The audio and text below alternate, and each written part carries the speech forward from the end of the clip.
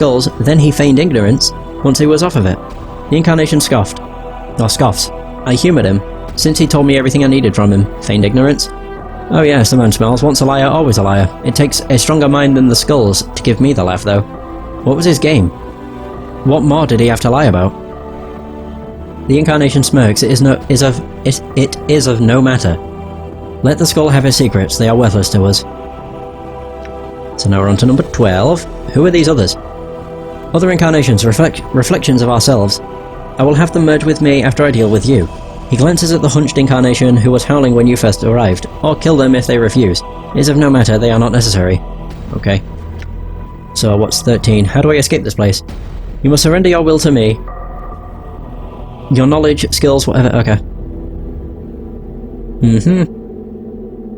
So this is number 14. Truth. Oh, do you still intend to fight whatever it is that lurks here? Yes, he glances around at the spiked walls, then turns back to face you. We cannot leave this place in pieces. Only one may leave. Okay, what are you talking about?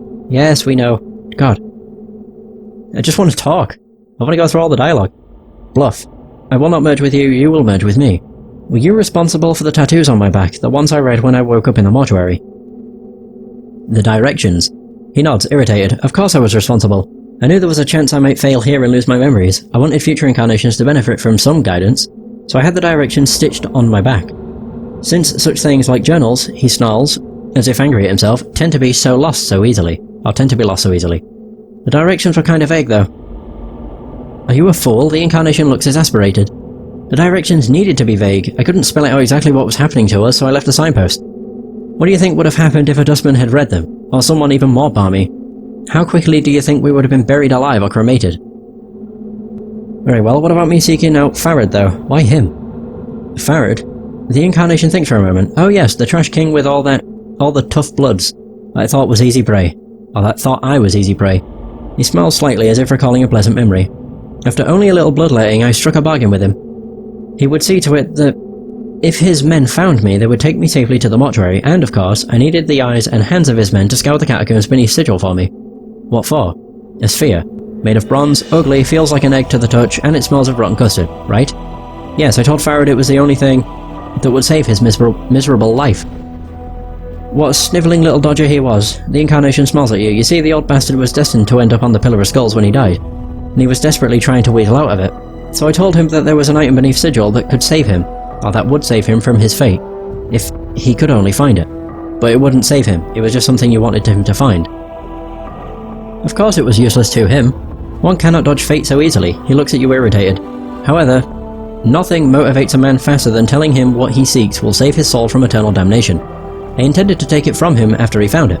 It's just that searching for it myself would have taken too long. He smiles again. And why should I do it, when I could have someone else hunt for me?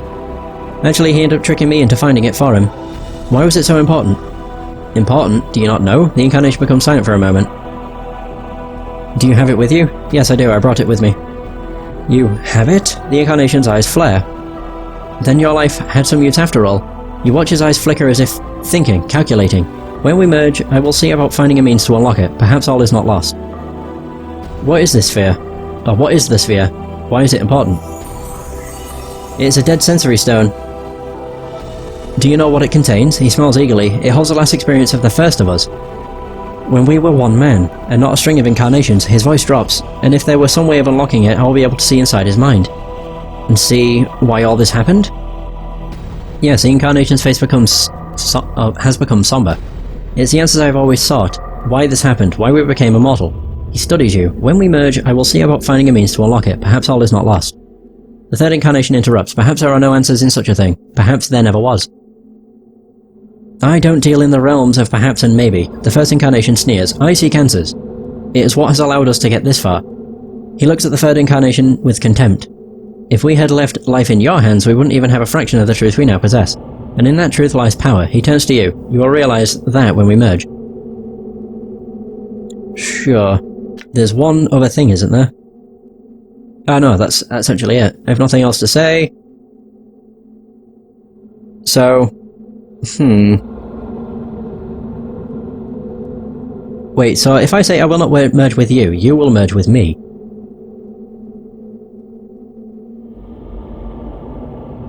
The man looks at you, then smiles incredulously. I surrender to no man. It is you who will be absorbed by me. I doubt it. Do you intend to fight me on this? The man seems more amused than anything else. You are no match for me. There's little point in resisting. I want to say try me, but I don't want to fight him. So, you know. Okay, I shall not fight you this day. So... I intend to merge with you. So be it then. His eyes become grey like mist and he gives a slight smile as if in anticipation. We shall see what your mind has in store. Oh! You lock gazes with him, his eyes are like stones and they start to drag you down. Lock gazes with him, try and force him to merge with you.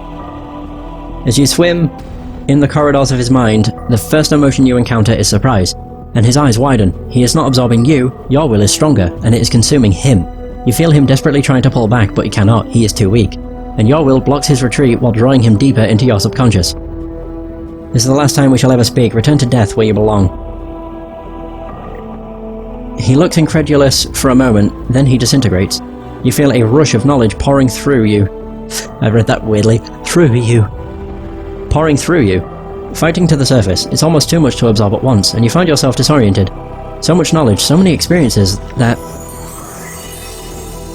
And as quickly as it occurred, the rush subsides, and you steady yourself. The bits of knowledge swirl about in your mind, and you will make sense of them later. For now, only one piece of knowledge is important. That the Incarnation did not know how to leave this place. He lied. To trick you into surrendering. Damn it. So, which one do we do now? Paranoid? The man before you resembles you, but his back is hunched, as if he is perpetually afraid of being struck. He is watching you warily, and he hisses as you approach. His hands clenching, as if wanting to strangle you. His arms are horribly gnarled and scarred, as if they had been dunked into a stream of acid. And his left arm looks like it's holding on by a thread. Literally. Who are you? Know that you will not last long in this place, thief. Spittle flies from the man's mouth, and his face twists in a maddening grin. Mazes and regrets, and death are all that are here. What do you mean? You are a thief. The Incarnation's hands twist, as if wrapped around your neck. I will feel the bones of your neck snap beneath my fingers. Take my body back. You wear my body like a cloak and you shame me. I am no thief. I stole nothing from you. You stole everything. I awoke on the streets of the Ring City, and all who saw me knew me. He takes a rasping breath. All that you had done, all that you had harmed. They were waiting for me, blaming me, hurting me, until I couldn't take the voices anymore. His fingers grasp at the air, and had to make them silent. You were the one who left the trap in the sensory stone for me, weren't you? And the dodecahedron journal with the traps.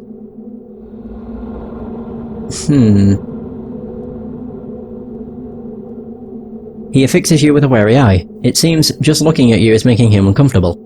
In order for me to leave this place, you must again become part of me. Will you do so? Oh wait, you're the one who set fire to Ianis's legacies, aren't you? Trying to destroy my legacy? I burned the false papers, yes. More lies about my false lives. Okay, the sensory stone trap. You're the one who left it for me, weren't you? Yes, he smiles, low and evil. Simple trap. Trap for someone who can't die. Mind trap. It was simple to escape, actually. The smile freezes on the Incarnation's face. You lie. No, it's pathetically easy. I was able to escape it with no effort. You lying thief. His eyes... Oh, great. Well, I don't really want to fight him, so... It's a good job I quick-saved. Maybe I shouldn't insult him. I feel stronger. So who are you? What do you mean? I am no thief. So you're the one who did that. Alright, destroying my legacy. Other things I would know. Sensory stone trap, it was simple to escape. Perhaps. There we go. You're the Incarnation, the Lady Maze, aren't you? I found your journal in the Lady's Maze. Simple escape, simple trap. Broke her maze with ease, I did. I could have made it tighter, deadlier. He smiles. She knew nothing of what it takes to trap me. It seems so. There are other things I would like to know. You're to blame for killing the linguist Finn, aren't you? There, he seems confused for a moment. There were many that I killed. Many that needed to be silenced. Okay. What happened to your arm? He glances down at his arm for a moment, then looks up and smiles. Kept coming off, so I had to stitch it up again. Do you know how I can leave this place? I will never tell you, and you will never leave. He smiles. It is quiet here, peaceful. What do you know of the other incarnations? Thieves. They are thieves, all of them, and thieves will die. Alright. Language of the Uyo. Let us speak in private, just the two of us. As you speak the language of the Uyo, the incarnation's eyes widen and he stares at you. After a moment of silence, he replies in the same language. Only I know the language of the Uyo. How do you know it? You are correct. You are the only one who knows the language of the Uyo, so if I know the language of the Uyo, I must be you. He is silent, staring at you. It's these others who are not you, for they do not know the language of the Uyo. He nods slowly. I hear you. This place confuses one's perceptions. We are both you, and now we must become as one. He looks frightened. To your surprise, he reverts to normal speech, and all the inflections to his voice are gone. It is calm, level, and much like your own. I no longer wish to live like this. You have suffered much. You were born into a world where nothing made sense, where strangers claimed they knew you, they blamed you for things you knew nothing of, and they tried to hurt you. He looks at you, and you watch as the incarnation loses its mad gleam, and his eyes become more like your own. Yes. I will protect you now. You will know peace, for that is all you ever wanted, isn't it? The incarnation relaxes at your words, his eyes dimming as he locks gazes with you. There is the faintest of whispers, and he falls to the black stones. With his collapse, you feel a crawling sensation in the back of your skull. And there is a flood of memories, and strength, and emotions, and you steady yourself, dizzy for a moment, then your vision clears, and you are yourself once more. Hooray! Now we only have the good one to deal with.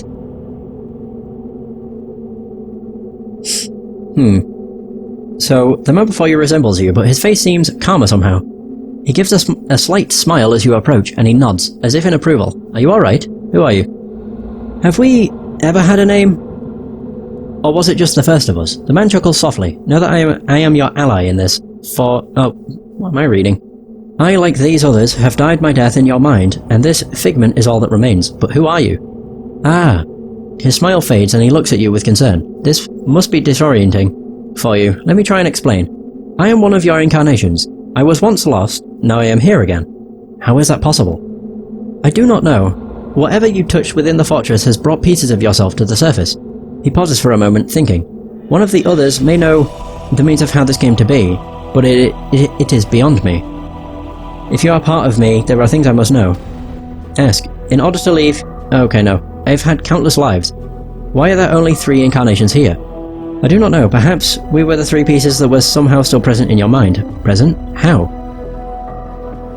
I do not know for sure, but I would guess that when we die, traces of the former personality may remain in your mind, and I know that sometimes we may make ourselves felt.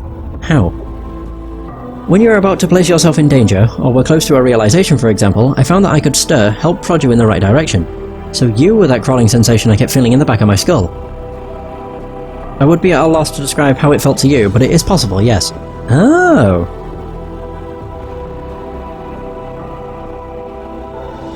Right, that's what caused you to emerge, right? So, is it possible that the first of us, the real one of us, before all the incarnations, might still be buried somewhere in my mind? The expression on the incarnation's face flickers for just a moment, but it is like a window, and you suddenly realize who it is you are speaking to. You were the first of us. The incarnation's eyes take on a haunted look, and his gaze turns away from yours. I know what you are thinking, but it is not the case. You think that knowing the mind of the first of us will somehow help you here, in this place? It will not. But why? I have so many questions that you can answer. Why did we become immortal? Why? Because if we die, truly die, the incarnation looks up at you, and his eyes are like steel. Death's kingdom will not be paradise, not for us. If you spoke to these others that were here, know that a fraction of the evil of their lives is but a drop of water compared to the evil of mine. That life, that one life, even without the thousands of others, has given a seat in the lower planes for eternity. But you seem so much calmer, more well-intentioned. I became that way, yes, because for me, his voice takes on a strange echo. It is regret that may change the nature of man. He sighs, but it was too late. I was already damned. I found that changing my nature was not enough. I needed more time, and I needed more life. So I came to the greatest of the Grey Sisters and asked her for a boon, to try and help me live long enough to rectify all the damage I had done, to make me immortal. And Ravel did, but when she first tested your immortality and killed you, you forgot everything. Everything. He looks broken, and the planes have been dying ever since. The crime is great and the blame is mine. There are many questions, so many questions I have for you. Who are you? What was your life like? Who? The incarnation shakes his head, cutting you off. When I become no more, when I merge with you, you will have the answers you seek. It may take some time to sort them out, but they are there. He smiles ruefully. It is difficult to communicate a life with words. Very well then, we shall become as one. Are you ready? One last thing, just this. The incarnation pauses for a moment, searching for features. Or searching your features. Before I return to Oblivion, there is something I would know.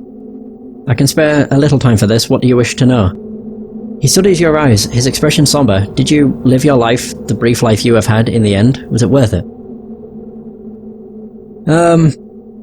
This life seems to have only caused suffering for myself and others. I would see it end and the planes allowed peace once more.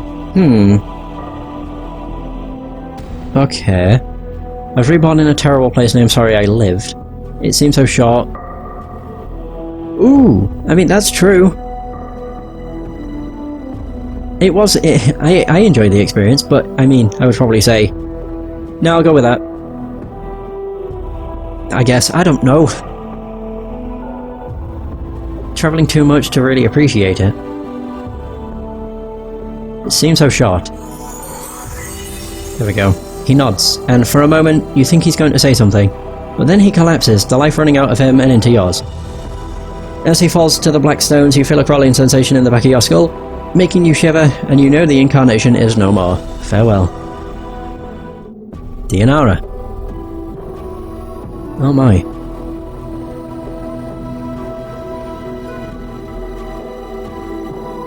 Oh my fucking hell, my throat. Before you is the ghostly form of Dianara. Her spectral gown seems stirred by some ethereal breeze. Her eyes rest on yours, and you feel a strange disjointed sensation, as if you are looking at several pairs of eyes at once. Dianara? My love, at last I have found you. I have searched for you after you were divided by the crystal. This fortress spans hundreds of miles, and I feared you were lost to me. Her ghostly eyes take your measure. Searching your bodies for new wounds. Are you well? I think so. The crystal divided me, but I am one again. Now I am trapped here, however. I suspect trapping you here was the crystal's true purpose, but it poses no barrier for one such as I. She closes her eyes. Much do my eyes see, and the halls of this fortress are well known to me. If you are trapped here, my love, I shall see to it you are set free. Where is it you wish to go? Ooh! Oh no. Okay.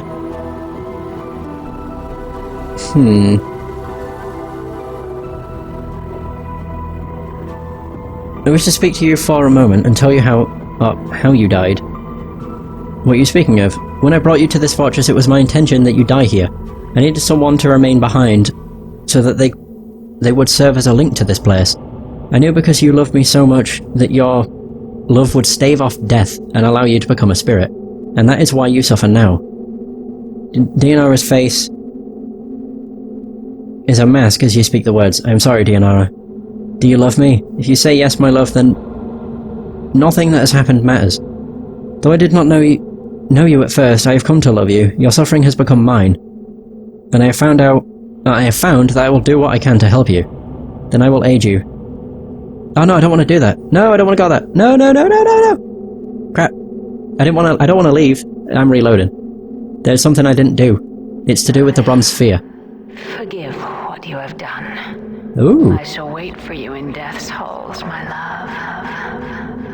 As long as it gives me a chance to fucking reload, I don't care. Oh my god. Thank you. Jesus. Quick is this one, I think. Maze of Reflections. Yes. I feel stronger. It was that. Oh dear. We've got 2 hit points and 2 characteristic points. Intelligence. I love the fact that I'm quick saving so much that I'm able to just reload whenever I screw up. Nope, what I needed was this. After we find out about the bronze sphere, we can use it. It's basically we can find out our real name. Yeah, which I thought I'd be able to weasel my way out of talking with Dianara, but I didn't realise that talking to her locks you into leaving, so that kind of screwed that over. As you hold the sphere up this time and examine it, you feel the memories of the first of your incarnations stirring within you. But it is not an insistent or driving force, it is calm, like the thoughts of a man walking across a great distance to speak to a friend he hasn't seen in ages. As you feel his presence in your mind, you see the sphere in a different light, not as ugly or hideous, but as something precious, like a newborn child. The sphere is the repository of your last moments. Before you met Ravel on the Grey Waste and asked the impossible of her, you know why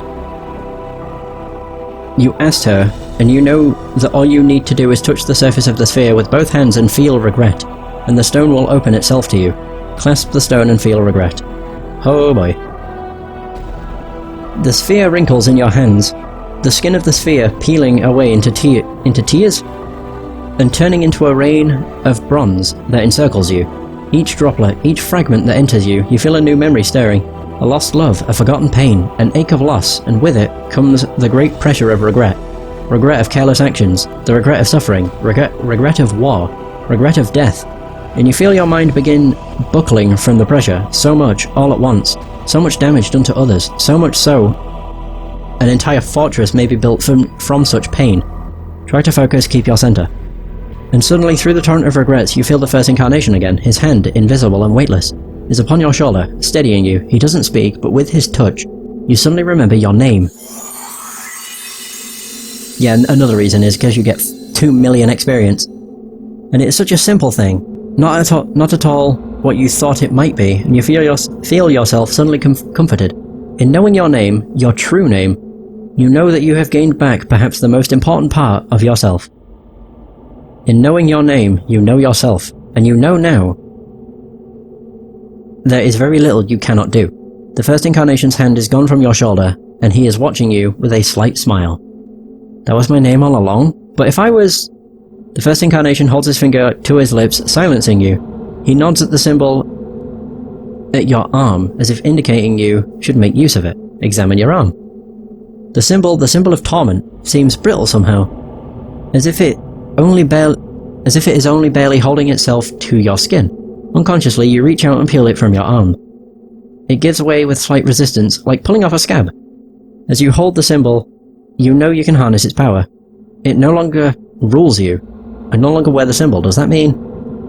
As you get halfway through your question, you realize there is a heavy silence within your mind. You can no longer feel the presence of the first incarnation within you. Take the symbol of Torment. I feel Yeah! I leveled up 7 levels? What is the max? Okay, 25 is the max. And then I have 4 characteristic points. Strength. 18 of 30.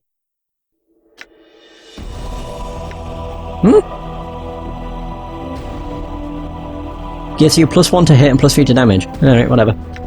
Nice. I'm level 23. Holy shit. Oh, well, or never.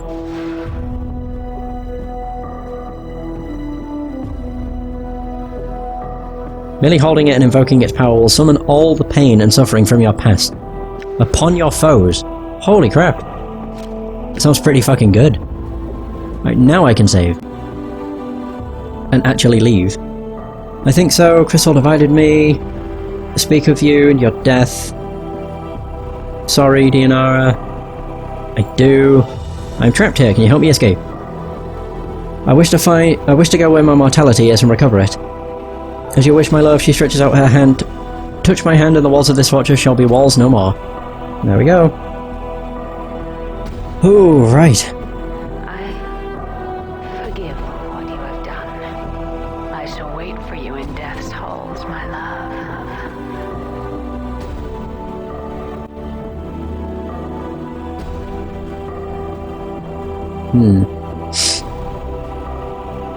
I'm gone. Oh boy. Wait, who's that? Oh no! They're all dead. That's awful. Can I get the feeling I can't, but... No, I can't. I can only use it on the pile of bloody crap. Well...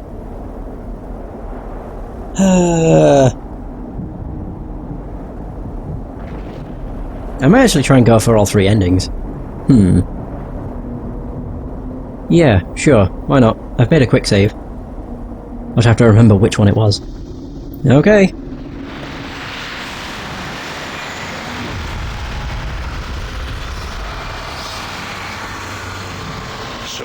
have come. Then you shall die again. Wow.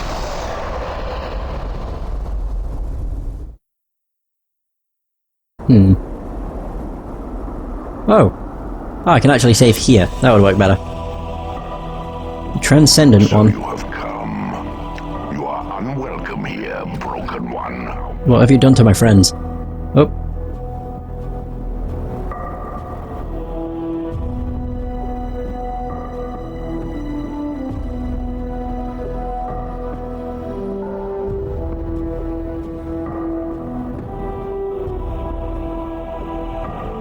Are they dead? Yes. Unlike you, they have but one life. And they wasted it for your sake. They died for you as they always have, such is the way of all mortal things. It is the fate of all that follow you, Broken One. You have forgotten much. Why did you do it? They tried to harm me, here of all places. I defended myself. In doing so, mortality claimed them. Their deaths were by their own hand. I gave them the opportunity to depart this place, but they seemed determined to help you, despite the cost to themselves. So you killed them? The Tiefling girl was especially fierce in your defense. Her feelings for you burned brighter than Elysium's fires. I took no pleasure in their deaths. Then why did you do it? It was not my will. It was not I that brought them here. All of them had a choice, and they chose to die for you. It has always been the way of all that follow you. For they are tormented souls, seeking a release, but they know not why. Have you forgotten this? You have forgotten this, and you shall again. I know you for what you are. You are my mortality, your armour. It is twisted like tree branches. Such things speak of Ravel's magic. Yes, I am that which was split from you by the hag's power. I am that which walks with all life. My voice is a death rattle, a last breath in the throat, the whisper of a dying man. I have been freed from the prison of your flesh, freed from me. The moment I was split from your cancerous shell, I knew life, I knew freedom. I shall not surrender it to you. We were not meant to be separated, and the planes have suffered because of our separation. You know nothing of meaning and separation. Before your memory dies again, know that we were never meant to be as one. This shall be the last time you and I speak, Broken One. There was something I would know, Spirit. I have travelled far, and there are many questions you can answer. Then my questions are these. Oh. Okay. You've done everything you can to prevent us from meeting face to face. Why? Do you not think I fear to face you, Broken One? I do. Or do you think I fear to face you, Broken One? I do not. Is that why you send shadows to kill me rather than trying to defeat me yourself? They've never succeeded in killing me, nor will they. I send shadows because their reach is long, yet it is my eyes that guide them. So the shadows can travel distances you cannot. There is nothing I cannot do, yet you never travelled beyond these walls to fight me, only sent shadows. That is how a coward fights. My energies are needed to sustain this place, Broken One. Else it would be my hand on your throat with each of your deaths. I may not travel beyond these fortress walls for long.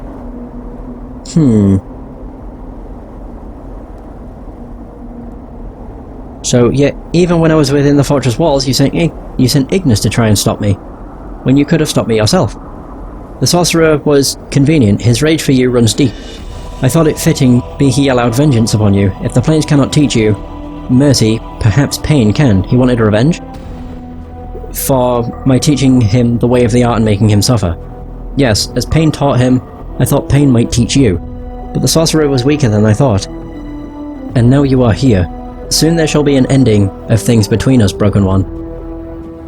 So, you sent Ignis to try and stop me, but when he failed, then you still didn't confront me, even when you could have. Instead, you put that crystal in my path to imprison me. Yes, the crystal is a prison, perhaps one of the greatest ever devised. I used it for I tire of tracking you across the plains, Nameless One. You are difficult to find. I prefer you be kept close. Where I may watch you, the crystal is such a place where you may be kept. I would know how you freed yourself from the crystal. Why am I difficult to find? It is of no consequence. Why not tell me then? I will forget this anyway, and I would know this last time. Just as there is no power in names, there is power in not having a name. The eyes of the planes slide off such as one. One such as you, one such as I. I would know how you freed yourself from the crystal. I had help. A woman I brought here long ago, Dianara, freed me. Ah, the love-torn spirit. There are times I have felt her echo in the halls of this fortress. She shall not free you again. She won't need to. There are other things I would know. Answer your questions. What can change the nature of man? Ah, that's great. I may be immortal, but Rabel told me the ritual was flawed. Whenever I die, I lose a fraction of my mind. In time, after many deaths, I shall lose the ability to even think for myself. It is of no matter, you cannot die. You cannot die. Your mind may be lost, but your flesh will live on. That is all that is needed. Needed? Why? We share a link, you and I. However small, I do not wish you destroyed, only far from me. Then why have you been trying to kill me all this time?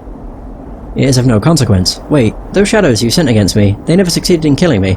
But that was never their purpose, was it? They only kill me to make me forget. There is nothing in your shell of a mind that is of consequence, Broken One, except one thing. From what the Pillar of Skulls told me, there were 3 that knew where you could be found and how to reach you. One was Trias, but he's dead. One's you, and the other is me. Once I forget, there's no one in all of existence who knows who you are and how to reach you.